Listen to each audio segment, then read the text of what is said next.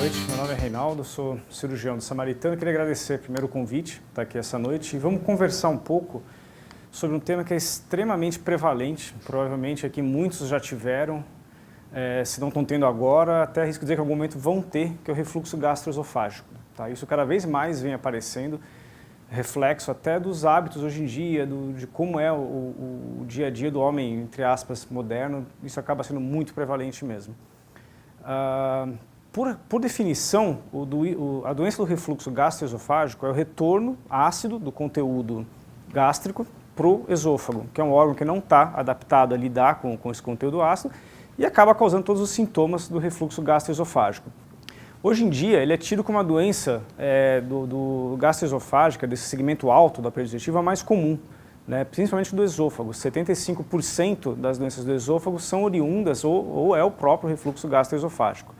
O refluxo gastroesofágico, até certo ponto, ele é fisiológico. A partir de um certo número de sintomas que a gente considera como doença. É basicamente uma doença mecânica, tá? Como que isso acontece? Vou virar um pouco. A gente tem um mecanismo que chama de esfíncter, que impede com que o ácido suba de modo excessivo em direção ao esôfago e cause os sintomas. Na doença do refluxo gastroesofágico, esse mecanismo está prejudicado por uma série de fatores. Tá? O mais comum é essa musculatura ela não alcançar um nível de pressão adequado para impedir que o ácido suba. Tá? Então o ácido começa a subir em direção ao esôfago de uma maneira além do suportável, que seria o fisiológico, e assim se caracteriza a doença. Tá? Então você tem um problema mecânico e alguns fatores vão aumentar esse problema mecânico, vão fazer isso mais evidente. A obesidade, por aumentar a pressão abdominal e favorecer com que isso suba, o ácido suba para a cavidade torácica. A gravidez, basicamente é o mesmo mecanismo, aumenta a pressão intraabdominal e força com que o ácido suba em direção ao esôfago. A hérnia de hiato é uma condição anatômica em que parte do estômago ele migra para dentro do tórax. Então, com isso, você tem um componente a mais que altera o mecanismo de defesa contra o refluxo. Então, além daquela musculatura enfraquecida, você tem uma alteração anatômica que favorece o refluxo. Tá? O tabagismo, tá? N fatores que o tabaco causa na musculatura, na secreção ácida e acabam favorecendo a piora do refluxo. A diabetes, por causar problemas quando é um diabetes mais avançado, não controlado, não todo paciente diabético vai ter, mas em casos mais avançados, a própria musculatura, os sistemas digestivos como um todo, a motilidade é prejudicada. Tá? E isso favorece com que aconteça o refluxo. Provavelmente o maior contribuinte do refluxo são os hábitos alimentares. Tá? Isso a gente vê na prática, no dia a dia, com certeza é o maior problema. Tá? Alguns alimentos a gente sabe que piora, né? Cafeína, alimentos à base de menta, alimentos gordurosos por manter o estômago um tempo mais cheio. Então tudo isso acaba prejudicando ainda mais e favorecendo ainda mais a ocorrência de refluxo. Por isso que a gente acredita que esteja cada vez mais comum o refluxo, devido aos erros alimentares. A gente vê cada vez mais obesos, a proporção de obesidade aumentando e isso vai refletindo também em sintomas de refluxo. É muito comum o paciente passar primeiro no cardiologista e depois vir no nosso consultório. Descartou qualquer doença cardiológica e percebe-se que a dor vem secundária ao refluxo. O refluxo ele pode subir, chegar assim, em níveis mais graves, quase até a garganta do paciente, por vezes chegar na garganta do paciente. Então isso vai se traduzir por tosse, rouquidão. Tem pacientes que têm crises semelhantes à asma, crises asmatiformes, é comum o pneumologista pedir avaliação nossa, que a asma pode ser desencadeada pelo refluxo. A rouquidão, por atacar, né, as cordas vocais, dá uma inflamação nas cordas vocais, as laringites por refluxo vão se traduzir por rouquidão. Sensação de inchaço, o paciente refere para a gente, sensação de uma bola na garganta que sobe e desce, dificuldade para engolir, tudo isso é secundário às laringites pelo refluxo. E náuseas após a refeição também é um sintoma que é comum de aparecer. Então, o que chama atenção é que você tem um grupo de sintomas esofágicos e um grupo de sintomas extraesofágicos. E não é raro o paciente ter os sintomas extraesofágicos somente. Às vezes o paciente não tem azia, queimação, mas tem os sintomas de rouquidão, de tosse, de falta de ar. Aí começa a investigar, são casos que demoram um pouco mais para chegar no diagnóstico pela diferença dos sintomas e ver se é refluxo. Né? Então você tem sintomas realmente atípicos de refluxo. Restrição à dieta, o paciente, é difícil falar em restrição, porque por experiência a gente vê que dietas restritivas não se consegue manter muito tempo, ninguém consegue se ater a uma dieta muito restritiva. Então é bom senso, tá? Não adianta proibir, dar uma lista imensa de alimentos proibidos, ninguém vai seguir isso muito tempo, não vai dar certo. Então é orientar o paciente, chegar num senso comum do que é certo, do que é errado e manter um equilíbrio na dieta. Cirurgia, a minoria dos pacientes. Tá? Não existe um número exato, mas na prática clínica a gente vê que entre 15% e 20% talvez os pacientes acabem precisando operar. Tá? A grande maioria, você controlando com dieta, mudança de hábitos, você consegue controlar bem a doença. Então, hoje em dia a minoria precisa operar. Tá? E o tratamento vai depender muito. Tá? O paciente pode ter crises reentrantes. Em média, a gente começa um tratamento de 2 meses, tá? Mas isso varia muito. Tá? Isso não tem um prazo assim fixo. E o que é importante para a gente? Né? Para a gente, para determinar, é saber como são os sintomas. O paciente tem o refluxo em pé, tem, entre aspas, um prognóstico melhor do que aquele que tem um refluxo deitado. O paciente que tem refluxo deitado preocupa mais a gente por risco de aspiração, complicação pulmonar a longo prazo.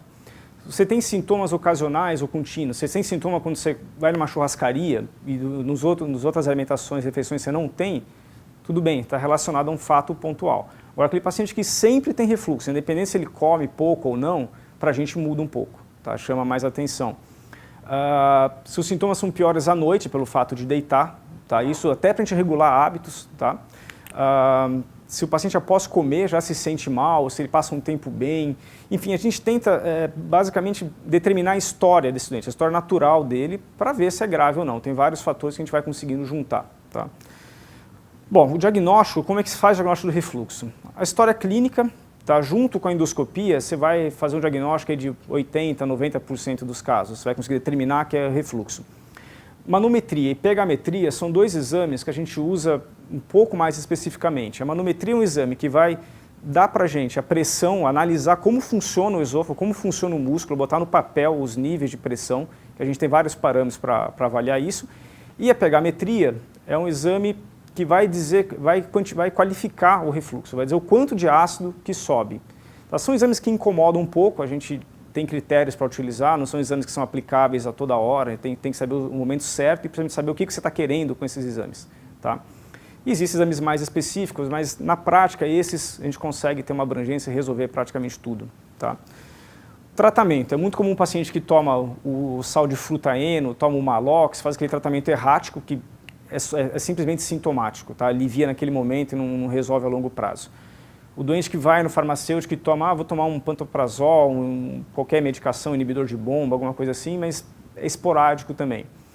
E existe agora várias medicações que trabalham mais a longo prazo, tudo que é o certo, né? Você procurar seu médico, ver a dose, ver se não tem outra doença associada, nada exclui que você tenha uma gastrite associada, eventualmente um H. pylori associado com refluxo. Então, primeiro, assim, acho que o mais importante é não se automedicar, como sempre. É procurar o especialista, ver o que está acontecendo, aí fazer o tratamento correto. Tá? Para manter o tratamento, tá? Como depois que você fez o tratamento, você tentar se manter sem sintomas. O principal vai ser a dieta. Tá? A dieta e estilo de vida. Então, é evitar de comer e deitar na sequência, evitar de comer muito à noite, evitar de fazer 3 refeições lautas, 3 refeições grandes. O ideal é você fracionar a dieta, comer quantidades menores mais vezes durante o dia, tá? Evitar os abusos de gordura. É muito comum o paciente perguntar o café. O café depende, tem paciente que toma 1 xícara de café, sente, tem paciente que toma 3, 4, não sente nada. Então é difícil a gente dar uma dieta estanque, fixa para o paciente. A gente tem que ajustar de acordo com o estilo de vida, com o paciente, vai mudar muito, né? Assim, estilo de vida no sentido de esporte também, tá? A atividade física é uma coisa que ajuda muito, perda de peso ajuda muito. Então, é um tratamento global, não adianta a gente dar uma folha com uma dieta para o paciente, não vai funcionar. Tá? E as complicações, por que a gente se preocupa em tratar o refluxo? Basicamente, além de melhorar a qualidade de vida do paciente, evitar complicações. A complicação, às vezes, mais temida, né, com certeza, é o adenocarcinoma, é o tumor de esôfago. Existe uma incidência, ele vem do refluxo.